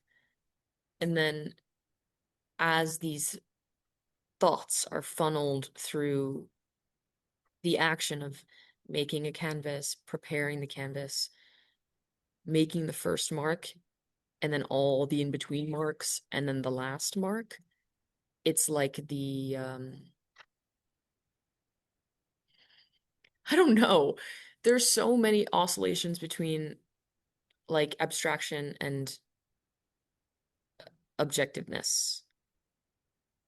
It's hard to describe because I feel like some painters see it as this perfect streamlined thing. Like, I have an abstract thought and I want to make it real. I am like, I don't even know. I'm not answering this well. My, No, you are. The hearing the struggle in the answer tells a lot. like, everything is just so caught up in each other. The digital, the tangible, the ephemeral, the transient, like, uh, yeah, I can't really draw continuous or consistent lines between them. Mm. Painting is just something I've always done and humans have always done. It's like you put the goop on the brush and you put it on the wall and like you see yourself in it or you see something in it that's important to you. Um, and the digital is less natural, less ancient, but it's just as much a part of my life and practice as it is making these canvases and having them. I was holding one of my canvases today, moving it from the wall to the floor because I'm making room for these big drawings that I'm gonna do. And Hmm. I was just holding it and I'm like, I love it. I love you. Hmm. It's just wood, fabric, plastic, acrylic, whatever, gesso, and oil and pigment. But it is so sacred and important to me. And it's just like one of those really awesome sensory feelings. Like holding a canvas and like feeling like strong and like your whole wingspan is embracing this thing. Mm. Like the way fabric wraps around the frame and I wrap around the canvas. It's all very like we are one. That's all. I mean, that's great. That's great. I would hope that all artists felt that way about their work. That's wonderful that you get that feeling and that connection. Do you think that the painting and your physical art practice is a reaction to the digital world? And I don't mean that in a negative way, but I mean, do you think there's something kind of within you that just sort of knows like I need to balance. You talked about balance before, that feels like, well, I need to balance my world. If I'm going to exist over here in this digital realm, I have to make things over here in the physical world to find a sense of balance. Yeah. Okay. I think everything must remain in balance. Like if I've used my brain too much in one day, I know I need to go use my body in some way. Hmm. If I've been consuming too much, I need to go produce. I need to go paint. I need to go write. Um, so yeah, these urges are very present and sometimes very loud, but sometimes I need to get quiet and listen and Hmm. actually act on them. Because I'm like, oh, it's late, it's rainy, I'm tired, I don't want to go to the studio. But then I go to the studio and something amazing happens and it was worth it. Hmm. Yeah. Yeah. Yeah. Balance is not easy to achieve, but I mean, if you're actively seeking it, I think that intentionality is, 90% of the battle. So yeah, last question. If someone opened up this image archive that you have created 30 years from now, what do you think they would be able to tell about this moment in your life? Hmm. I think they would think that I think a lot. Like there's this term and it's like, would you rather have a gay son or a thought daughter? Like THOT daughter. Do you know what that I means? do. Yes. Yeah. Yeah. Yeah. Okay. And so like um all the thought daughters of the world are like, this is a little derogatory, whatever. And so it's changed to thought daughter, like THOUGHT. Okay. Yeah. And I'm like, I feel like people would like some of my memes, some of the accounts that I take memes from, I'd say are like bona fide thought daughters. Like just like feminine people, not necessarily girls, but just like feminine people who are sensitive and think a lot and notice things and like love indulging in sensory activities and um like just think too much about their relationships in their life. And it's like a subset of like this like femme meme culture. And I think I would definitely fit into there. Um, even with all of my art references and inspiration, like it's all just very like thoughtful. Um, and sometimes the thinking can get unbalanced, like we were talking about. Like I overthink things every day. And I think that's very evidenced in my archive. All right. Well, there's not your thoughtfulness is very much appreciated. I would say that. Where can people see your work? And if there is no place, you're like, no, my work is personal. That's totally fine. But is there a place that you would, kind of direct people if they wanted to put put some images to the words that we've had today? Yeah, of course. My archives are personal, but my work can be found at www.angelinarogers.com. Rogers is spelled Rodgers. And my Instagram is the same, Angelina Rogers, no spaces or punctuations. Um, yeah, and you can get a sort of glimpse into how these archives influence the things that I make. Angelina Rogers. That's where they can find you. Yes, that is me. That is my I name and my brand. I love it. Well, Angelina Rogers, this has been awesome. I have thoroughly enjoyed this conversation. Um, if there was one word that I've said it many times today, but it's thoughtful. You really, it's interesting that you would describe 30 years from now, how people would look at your archive, because I just think that comes through in this conversation. Um, it's I don't know. It's a pleasure to talk to someone who is clearly considering things at a fairly deep level, and then has the ability to express what those thoughts are in a way that is not so concrete. And I think that goes back to your comment about wanting to have, express stronger convictions. I get that, but I actually love the fact that you seem to exist in a world where maybe multiple things can be, I don't want to say true, that's probably not the right word, but they can exist together. I don't know. Mhm. I appreciate that. Yeah, absolutely. Very, very good synthesis. Awesome. All right. Well, again, I've loved it. I've enjoyed it. I hope that the rest of your day is fantastic. And I'm sure we will see each other at some point in the near future down there in North Carolina. Yes, yeah, we'll definitely stay connected and thank you for this opportunity. Of course. All right, Angelina, have a great day. We'll talk to you later. You too. Okay, Thanks. bye. Bye.